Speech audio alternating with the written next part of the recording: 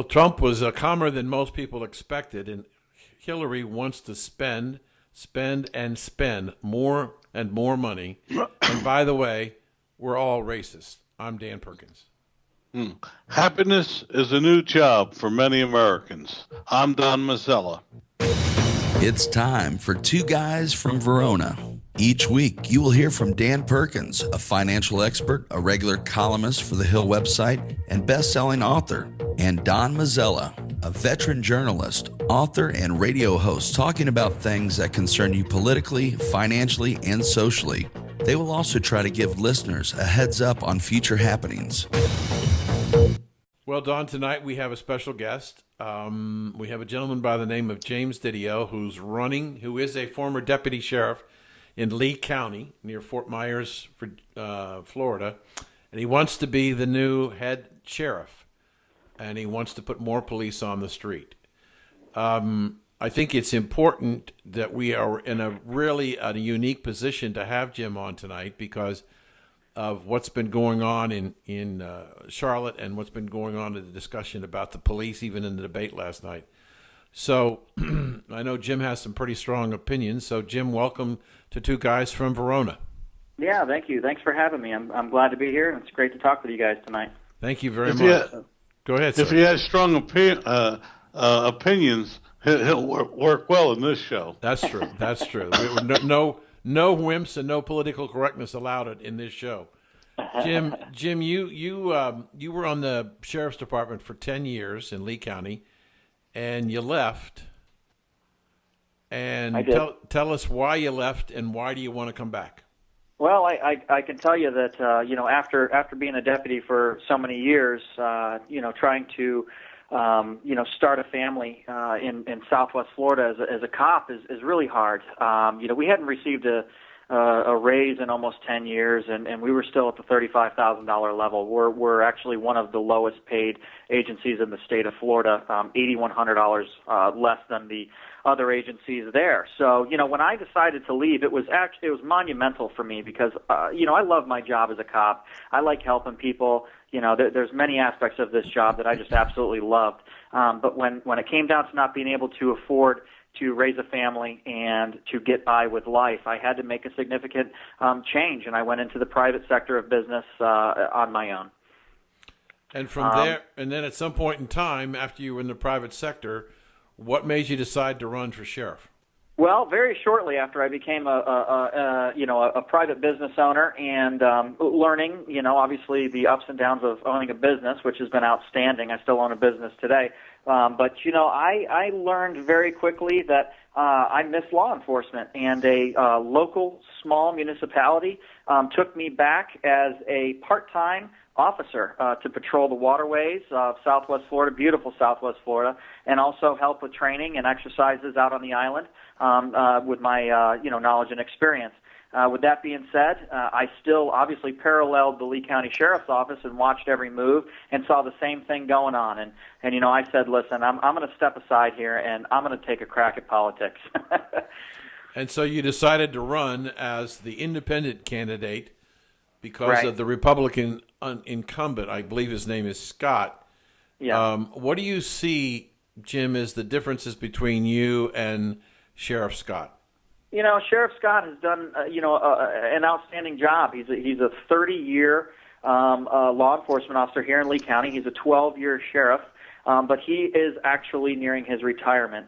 His Florida retirement system expires in less than 24 months, and for some reason he's running again. With that being said, we have followed a lackadaisical political type atmosphere at the sheriff's office that has affected employees. 53% of our employees have left due to resignation. Our budget's out of whack, and there's a love-hate relationship with that gentleman. And I just want to take it back to law enforcement and keep people safe, and that's my main goal. Is to fulfill that need in the law enforcement community, especially in today's age. You did so. I'm sorry. Just one more question, Don. Then you can jump in. Not that I have it orchestrated. It just was on my lips as I was getting ready to say something. You ran an unusual campaign in that, as I understand it, you correct me if I'm wrong, you went out and talked to people. You listened to what the electorate was saying, whether it was in the rich white neighborhoods or the poor Right. black neighborhoods. Yeah. What was there any commonality of what the concerns were, regardless of where it was in Lee County? Well, I can tell you, to start off, being a non-party affiliated candidate, I'm able to reach out to everybody. The Democrats, Libertarians, the Independents, the Republican Party, and meet everybody, and that's been great. One common thing that everybody said, whether it was a national level or a local level, they were worried about their safety. It came from everything from Homeland Security all the way down to whether their car was going to get broken into at night. And those were major concerns of mine, especially, when you're talking about safety in a town that you grew up in a place that you're raising your family in. We do pretty well, but we're not in a gated community. So we have to look out for our own property, and I definitely want to keep up with safety and follow what they have a need for. Okay, Don. Well, I was going to ask him if you're going to expand the force, as you indicated, and raise the budget. How do you finance the county sheriff's office, and who's going to pay the bill? Well, I can tell you, looking at these recent Charlotte riots and looking at other places around the nation, to see an agency which, has been called understaffed. It was an understaffed police force. The Lee County Sheriff's Office is understaffed by 110 already budgeted positions, okay? They're already paid for. The taxpayers have already been paying for them, and they've been paying for them for the last 3 budget years. This current sheriff is actually trying to raise the budget again another $20 million, and he keeps promising these new employees, but it's really, the hiring pool at $35,000 is very limited. We go through a vast number of applications and fly through them immediately. People can go to another agency with better qualifications and make double, triple the money right out of college. But we do have the money for 110 positions. It's going to take a sheriff to go out and actually recruit these guys from colleges, from high schools, anybody who's 18 and up, try to get them interested in law enforcement and interested in their community. Jim, you said that, I think you said when we talked before the show, that there's about 1,700 employees in the sheriff's department in Lee County. Yeah, we're budgeted for around 1,700. We're just under 1,600, really, depending on the day. So the extra, what would you say, 110? Yeah, about 110. 110 police officers are already budgeted, so there's no new tax revenue. No. The sheriff just hasn't. So let me ask you a question. How many officers out of that 1,700 or 1,600 employees are actually out patrolling as deputy sheriffs?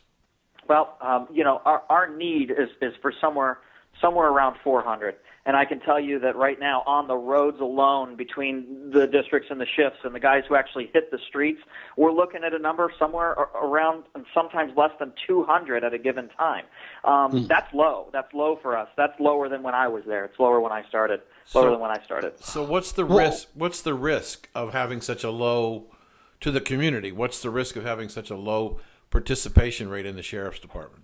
Well, I mean, it's an obvious thing, but something that's is safety. It's something that people don't really realize is that law enforcement, and my plan is to obviously enact a lot of community policing, and that means that you, Dan, living in Southwest Florida, you should know who patrols your street. Just like the old days when you knew that so and so was out there, and even his son or his dad was a retired deputy, and his son's going to be a deputy, and so on. That's community policing.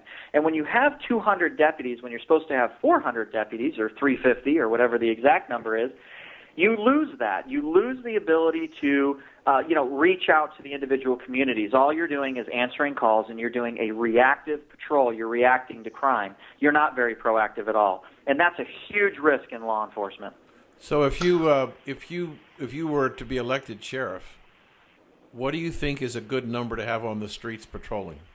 Like I said, I firmly believe that between district deputies on the road, the guys that you see in your police cars, and then the detectives, we need somewhere around 420. And the way that I look at this budget, we can do it, and we don't even have to ask for any more money. Well, I guess my question is, why hasn't the incumbent done this?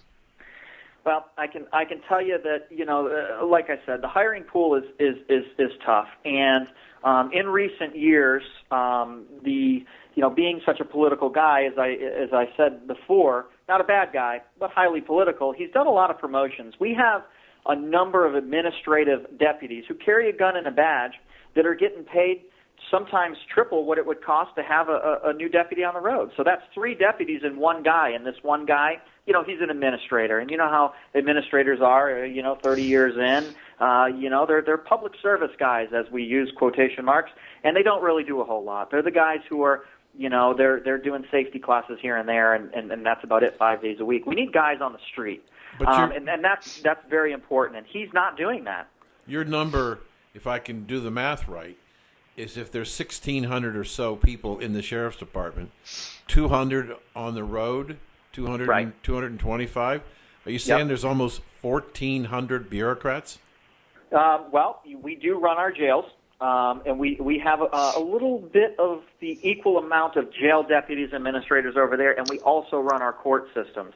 So if you think about that and you take a look at the deputy to civilian ratio, we do have less law enforcement than we do civilians. We have a lot more civilians, and in actuality, the recent step plan was given to the civilian personnel, in which they know where they're going to be in a couple of years via raises. In fact, they've received more raises than certified law enforcement officers. And I look at this thing 10 times from Sunday, and I can't figure out how or why this is happening.